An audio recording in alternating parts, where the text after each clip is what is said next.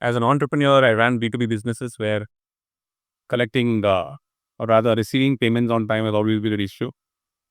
And it's a very sensitive one. And because you don't want to spoil the relationship with your customers.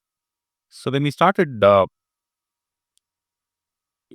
look at this problem, we started diving deeper into the problem, understanding how this kind of a problem has been solved in other sectors or for that matter in other geographies.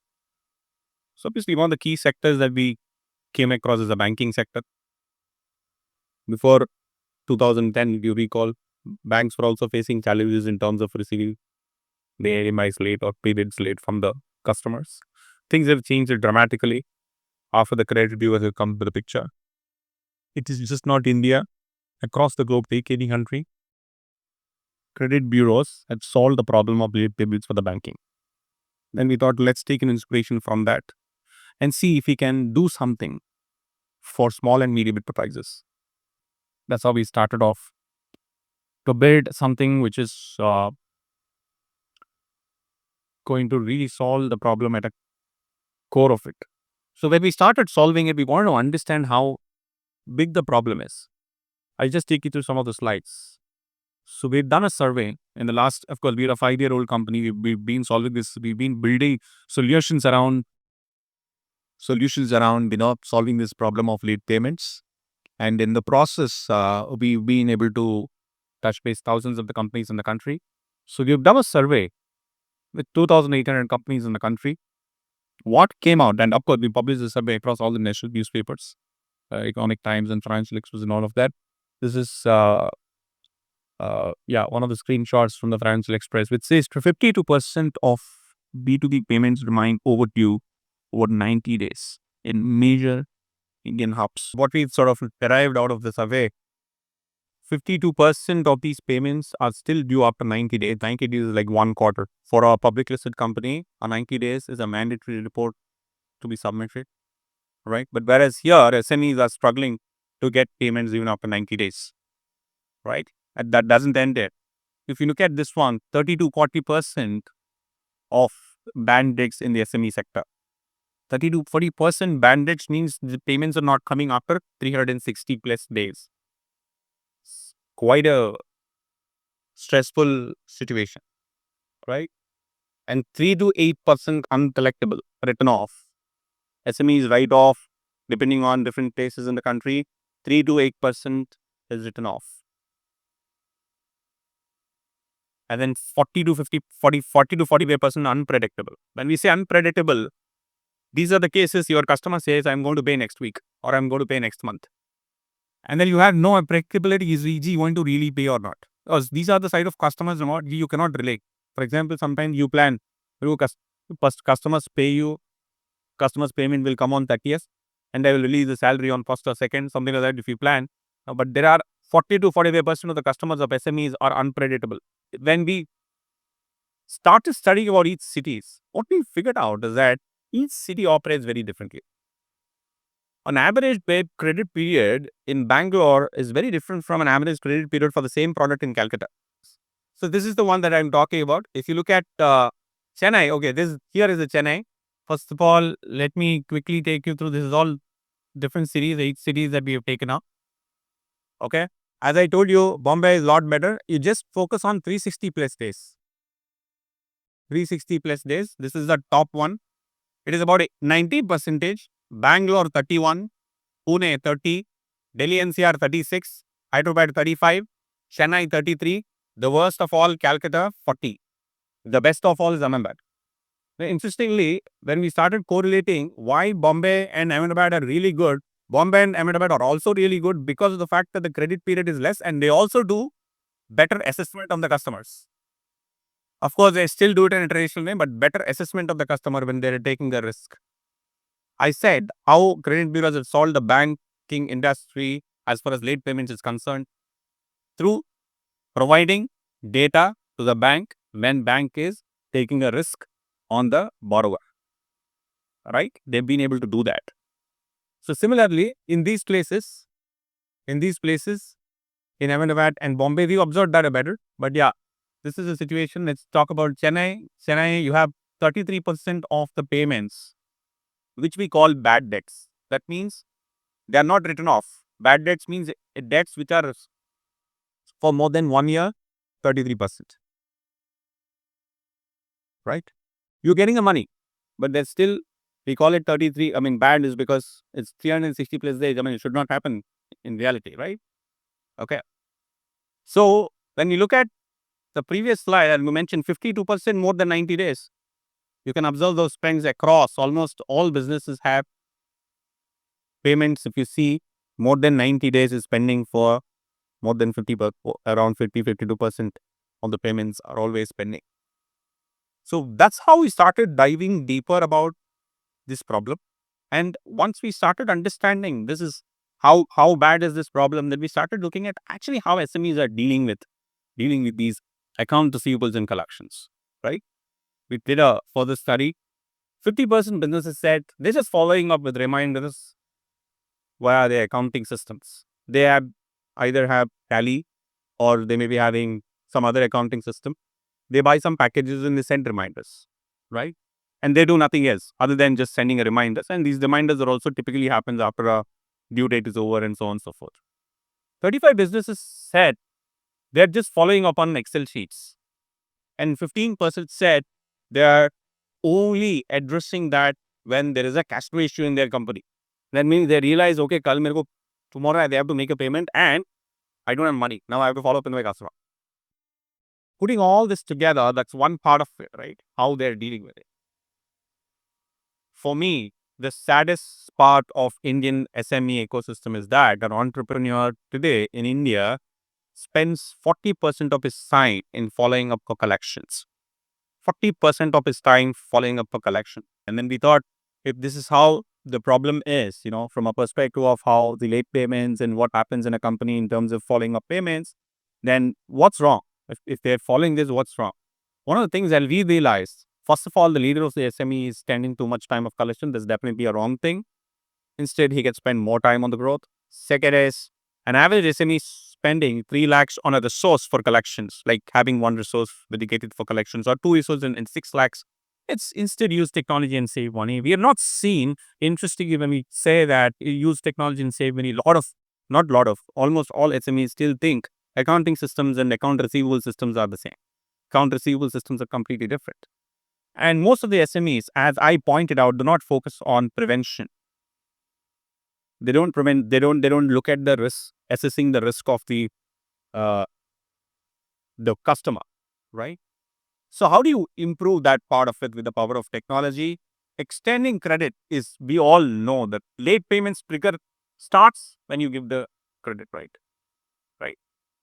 Of course, the previous problems can be solved with the power of technology, but there's one important part of it. Even of course you're solving the problem of late payments, but let's understand late payment issue gets triggered at what point? It starts at the point at which you decide to give credit. Now, how are you deciding on that? What kind of a decision you're making? Do Indian SMEs have a credit strategy? We've come across most of them do not have a proper credit strategy in place. Sometimes it's still informal evaluation. Sometimes it is uh, asking references. Sometimes it's a gut feeling. Sometimes it is hungry for business. There is no one set data-driven decision making. There is no process-driven decision making that happens in extending credit, because that's where the trigger is all about. That's exactly where I was drawing a parallel for the banking industry, how bureaus have been able to solve it, right? 99% of the SME entrepreneurs do not know that they can buy their customer credit report. So how do you lower risk? One is improving collections with technology. If you want to lower the risk, you all know nothing beats the information. Nothing beats the right information. The power of data is what has evolved all of us into a completely, different consumers in terms of the way we use our uh, lifestyle needs, whether it's booking a cab to the ticket and whatever food and all of that, right? And today, I'm sure if you're using apps, you would get a message that you're hungry. Maybe you should book a meal from this place. It's all happening through data. right? And if your credit score is better, you will get a lot more messages from banks saying that your loan is approved. It's all power of data. They've used left, right, center. And here is what we're talking about. No matter what, if you have to make sure that you play smart, you have to obviously should take smart decisions. And then that's the power of data that we're talking about. So this is how we looked at all of these problems, and then we started building the solutions, and we built solutions on both sides. We've realized late payments problem, this can be solved with technology. But then when you come to risk problems, it needs to be solved with the data, right? We said if you want to grow, you should probably grow safe and grow easy or in a secured manner, right? And that's exactly how we have been able to sort of take each and every problem that is correlated to late payments, right? In fact, we also partnered with, I'm sure most of you probably know, there's something called, trade credit insurance, right? A trade credit insurance, you can insure your credit exposure. So we built every solution that is possible under one umbrella. So there's all smarter decisions, there's all so many of these can be accessed, right? Like, of course, I'm representing this company, I'm talking about what we built, but to put things in perspective, some of them can be get from some of the other companies also. It's not that we are out there, the market, we are the only people. We do not have competitors in terms of providing all at one place, but then different people provide different things at different places. But the point I'm trying to bring in here is that when we are building the solution, we've understood the core nerve of the SME entrepreneur. A core or nerve of an SME entrepreneur is that in the first place, he doesn't have too many people in the company. He doesn't have bandwidth to adopt software for each and everything. Each and everything. That's when we realize, let's put everything together, right from making the credit decision to the last mile of what's very interesting part of is caution and legal notices. Even caution and legal notices, how can everything be at one platform? How can we build everything at one platform? That's the sort of a core idea of it, understanding the core nerve of an entrepreneur. We've realized if we don't allow enable an SME to use all of this at one place, it's going to be very difficult for them to come over from the cash flow challenges, right? So this caution and legal notices also I'm going to talk about a little bit later. But then yes, when I talked about risk part of it, how do you lower risk and kind of a data that you use, right? Today we all know financial is obviously health is directly proportional to how your payment behavior is. And the interesting part of it is the sales trend and the payments trend. Most of you people, I'm sure, after GST, it has become quite a mandatory for most of the people to use the accounting softwares. And then the sales and payments trend of your existing customers are already with you. You just have to plug in systems like us. Or if you, let's say, if you plug in a system like Recordent, it can show you analytics of your existing customer sales and payments trends, which will help you to actually make better credit decisions, right? Now, other than the accounting system, if your new customer is coming, you can also take his last 3 years his payments at the payment trends to his other suppliers, and how he is buying from the other suppliers as well, right?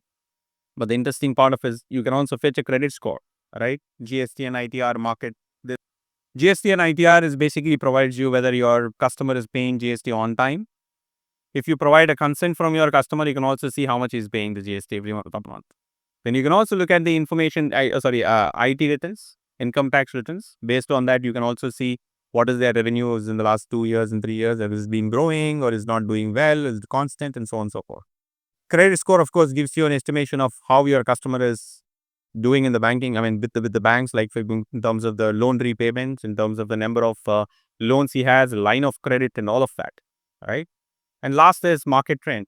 The market trend is information pulled up by platforms like us. What is an average credit period going on for our textile sector in a place like Bape?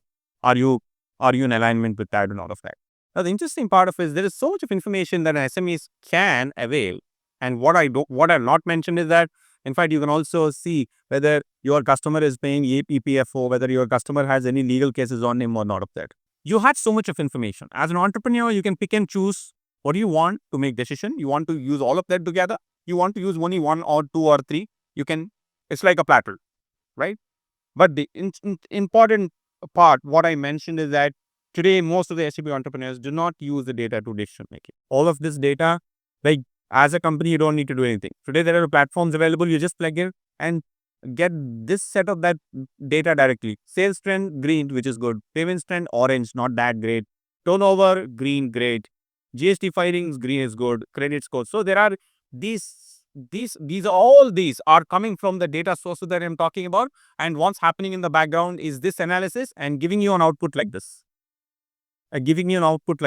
Sales trend, payments trend, whether it's in red, green, zone, to make you a decision making. What are all you want to do is simply whether you want to give a credit exposure, you want to decrease, or you want to keep the same credit exposure or increase it. Same thing with credit period. For this decision making, there are data engines running behind based upon what data that you want to pick up from. You want to use all of these together, you want to add something else, you can do that as well. If you guys actually have this with you, so this is what we're talking about. If you see the color codes, and which tells you whether it's a good customer to do business with or not, right? Yes. So there are different ways to build technologies like customize and all of that. But then fundamental part of it today, when technology is available, you don't need to do all of this Excel works and all of this to analyze. You just plug in and start getting the information and start making decisions as quickly as possible. So there's this company out of Bangalore. It's a company called Furlenco. They rent furnitures. Okay. So we implemented technology. Before we sort of provided this technology interface for them, they used to have 14-member team in the credit risk. And the credit risk team is 14 member. So they removed 11 people within 2 months. Okay. So they lost jobs because we replaced that with technology. When they did that, this was in 2021. When they did that, they were in the entire company, there were 250 people. Within 2 years time frame from 2021 to by the end of 2023, the 250 people have become 750 people. The number of jobs have been multiplied because they've been able to grow. In 2021, they were doing a credit risk assessment for 5,000 people in a month. Today, they're doing for closer to 20,000 people in a month. 20,000 people in a month. In 2021, that 14-member team used to take 48 hours minimum to assess the risk of the person to give credit. Here, imagine we brought it down to less than 2 minutes.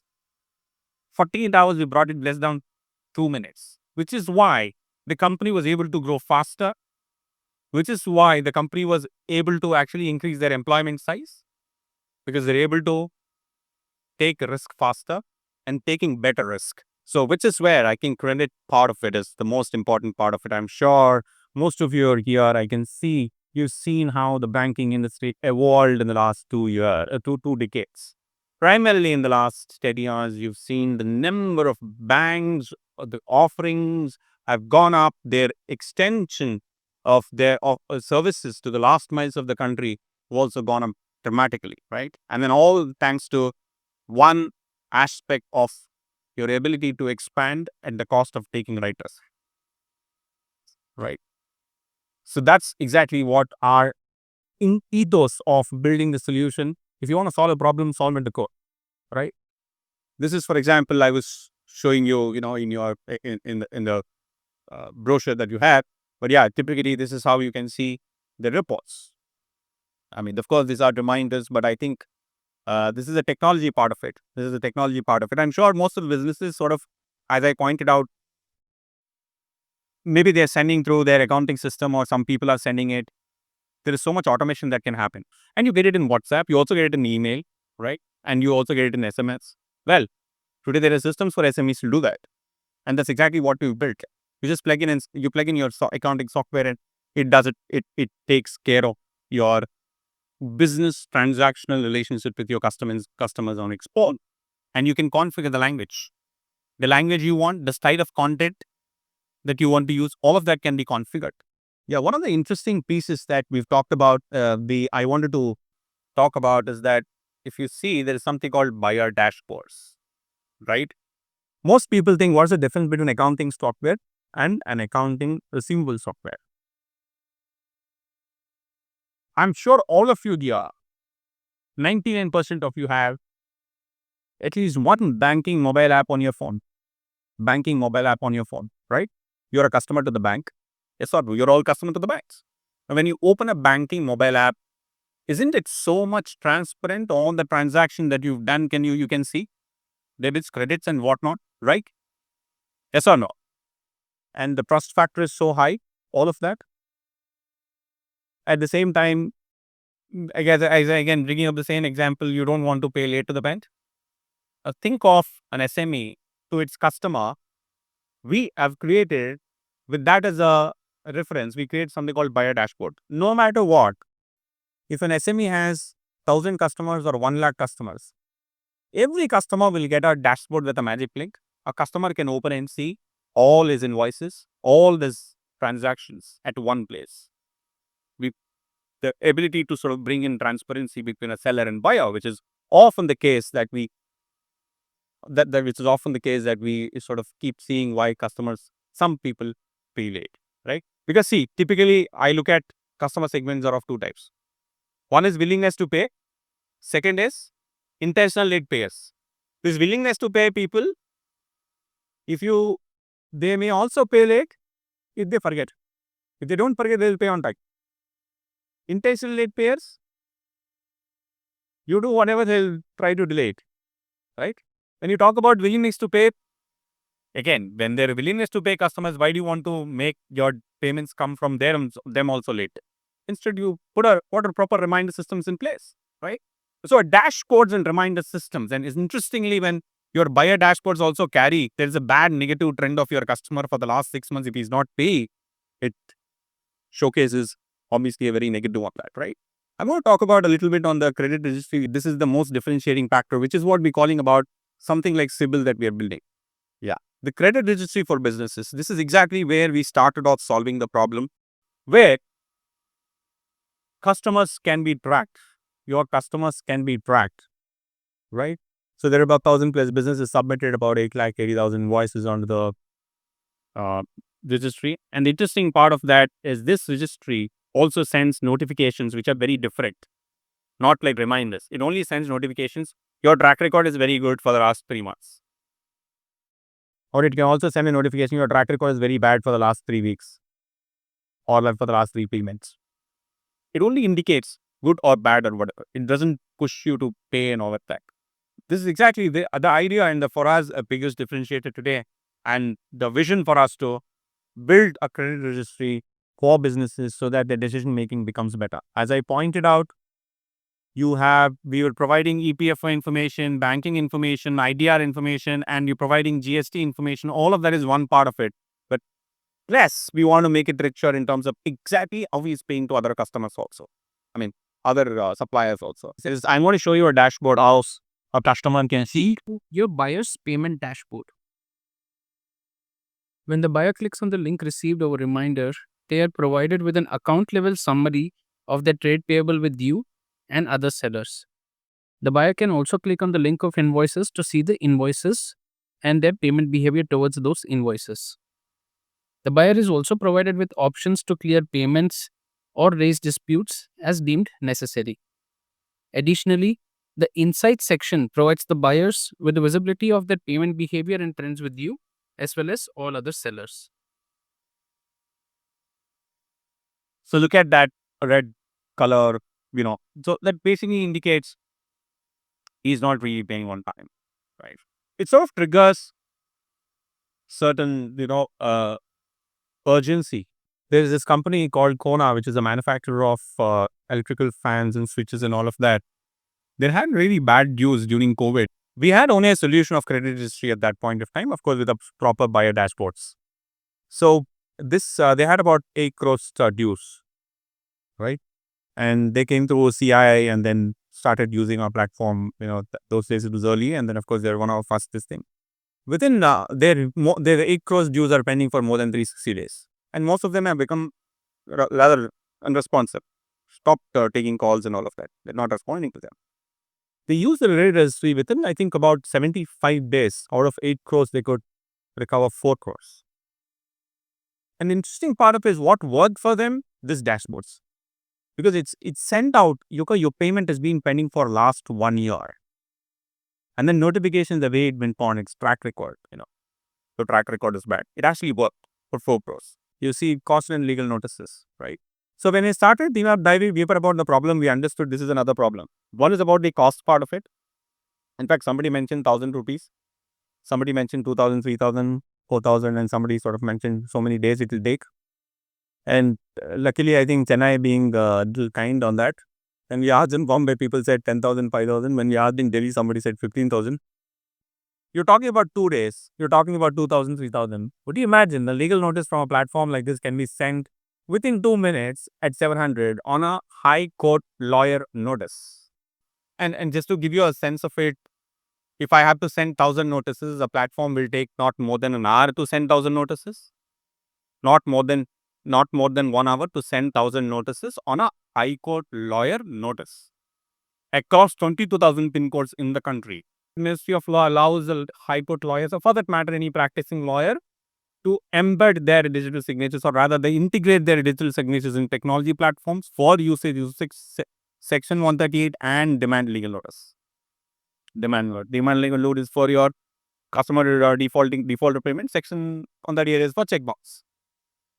Now, 2 days, 3 days, 1 day, all of that is one part of it. But then here is where we are talking about 2 minutes part of it. The interesting part of it is that you can also configure all your customers. You can configure a customer when you plug your accounting system into a receivable software. You can configure any customer who is not paying for 120 days. Automatically send. But when we was building this legal notice solution, we thought very carefully. For SMEs, getting customers are also difficult. Legal notice is a last option, can spoil the customer relationship. We thought before legal notice, let us build a caution notice and let's make it much less costlier. Because anyways, legal notice is one, going to spoil the relation. Second, you are spending money on already money that is not come to you. So we came up something called caution notice. Right? This caution notice can cost you as less as 250 bucks. Again, it has the same capability of, it will not go on a legal notice, it goes as a caution notice. What interestingly, when you use an account receivable software, the example again I'm trying to bring back, the difference between an accounting software and account receivable software. A receivable software keeps track of all the efforts that you made. Right? Like the number of SMSs, emails, WhatsApp messages, IBR calls. Now your caution notice carries all of that.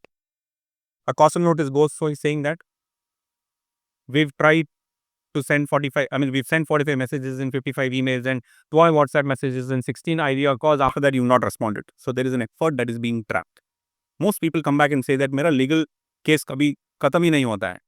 And my demand, it keeps on going. You know why most of the legal cases, or rather, especially in this cash payments issue, the legal cases go really long because neither of the parties are able to prove the trail properly. The beauty of technology is technology keeps the trail of things. Right? Now, so how does this legal notice go? The legal notice go in all 4 channels: WhatsApp, email, SMS, and India registered post with a tracking facility. And how many of you know that a legal notice served in WhatsApp and double tick means it's served? As per the Ministry of Law, double tick is served. Right? So that's we built. Right? I just try to show you a snippet of that. Despite all good practices and timely efforts to collect payments, when your buyers willfully default, you can issue them collection notices. Recordent offers 2 types of collection notices, namely caution notices and legal notices. Caution notices offer instant, powerful, and cost-effective means to create urgency and consequences for non-payment without going the legal route. Whereas legal notices are issued by high court lawyers, are sent via post, WhatsApp, email, and SMS, ensuring a higher probability of being served. These notices are available at much lower prices than the market, enabling you to maximize recovery in a cost-effective, expedited, and professional manner. The journey that we offer for these notices over a platform is completely digital and very easy to use.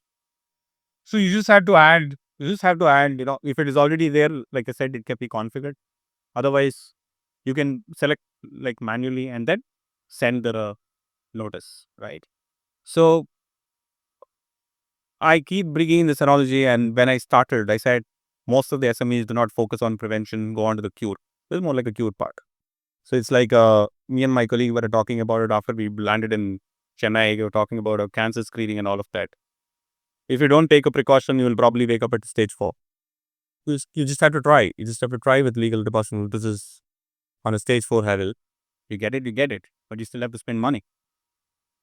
This a collection analysis is nothing but how each of your sales team is collecting and all of that. You can see when you use a data platform, a technology platform, you can see everything in one place. You may want to make a decision on who is your best collection guy along with the sales guy. All right, these are the 4 people: Vinayak or Chetan, Basil, Joseph, whoever. So you decision making always becomes easier when you have data platforms with you, right? So it's one is of course decision making on your customers. Second is again, who is your customer facing employees? Whether your salespeople or collection teams, you will have analysis all of that. So what we think today is there are platforms like us which bring in everything at one place. It's probably the simplest form for one to adapt and take it forward. And we've done a little bit of study. We wanted to solve this part of the problem, 47% remaining, and we were actually able to solve that significantly with especially businesses using our platform after 1 year. Well, this platform can be used in multi-city and multi-user, all of that. This I talked about. This is an interesting part of it, which I, again, spend a little bit of time. So when I was talking to businesses, as I mentioned, one of the things is that, sir, I want to have it. It's my aspiration is to bring in technology. My aspiration is to bring in automation, but I don't have people to implement it. And some companies started asking, can you give your one person to come and implement? That was surprising to us. With big rate platform, we've always wondered why it is not being taking off so well. People are using it for 1 year and 2 years, or sometimes only 6 months and 3 months. But then the companies themselves come, why don't you give one person for us to implement? We want to do this. There's having this problem, as aspiration, there's adoption problem, right? It's like they want to buy a Ferrari, but they don't have a driver to drive the Ferrari. Yeah, that's the problem. And every business is different also, right? I tell you an interesting case what they've done. It's a great learning for us.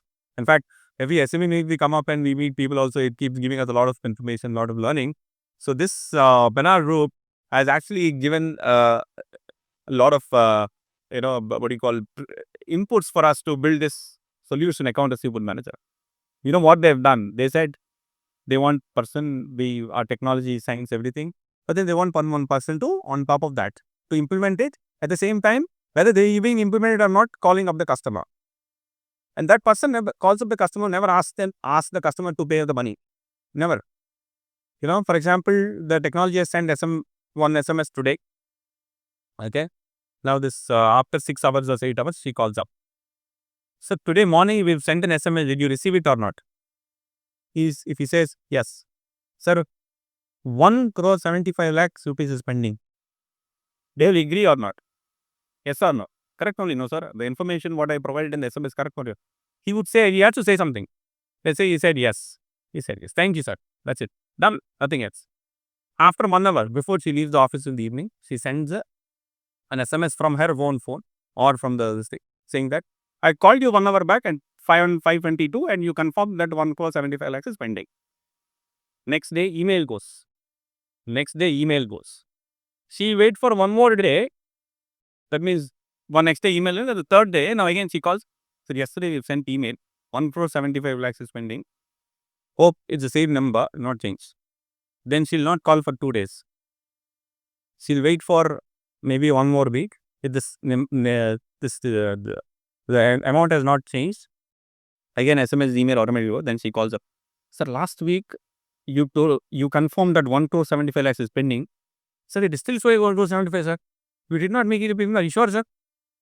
I want to check. Please tell me, sir. I want to check. This is the strategy followed. Can you confirm yes or no, sir? He will say something. Then again, she drops an email saying that, sir, at particular time I called you. You said this is the confirmation. This is just for a note. This is for my notes. I am sending this email. You know what? This strategy is all about putting in a mind. So we've launched this last year, and apparently it's been sort of quite successful. I don't know if you had a chance to play the video. There was a company called Credo out of Bangalore, and we're having it's about 90 crores company, and they're facing it quite difficult. And I think this has become quite successful. We didn't even expect that it will become so successful for them, and then these companies are going nuts over this service.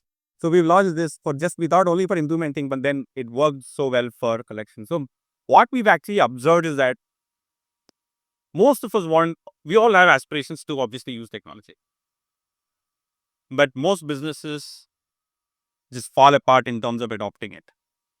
It's like there is a difference if you hire a gym trainer and if you don't hire a gym trainer. If you don't hire a gym trainer, there are chances that your adaptation may fail. If you hire, there is somebody watching you, or there is somebody probably handholding you. Let's probably put that right. If you want to learn something, somebody is sort of pulling you together and helping you and doing it, it becomes better. That's what we've observed when we've seen the manager is helping the automation. We've seen tremendous results in terms of to stop late payments. So here is where I mentioned intentional late payers, right? For all intentional late payers, credit history, legal and caution notice is working quite well. So if you see this, that moderate follow-up, 31 to 60 it has become. A rigorous follow-up means you do a call in the morning when you are taking a breakfast, before lunch you do, and evening you do, before you go to the bed you do. When you keep following, you will achieve 53%. That's what probably we've observed across sector. But then with registry notification, we've been able to achieve 75. So, but willingness to pay, we've been able to increase from 31 to almost 60. Intentional late payers, we've been able to remove the unpredictability part of it, because our dashboards have features like promise to pay, make payment, and then dispute all of that, right? We've sort of created that culture among all of us, saying that we are collaborators with SMEs. We want to sit on the same side of the table, be with them like an extension to their efforts, extension to their growth, and help solve the most important problem, which is the cash flows of it.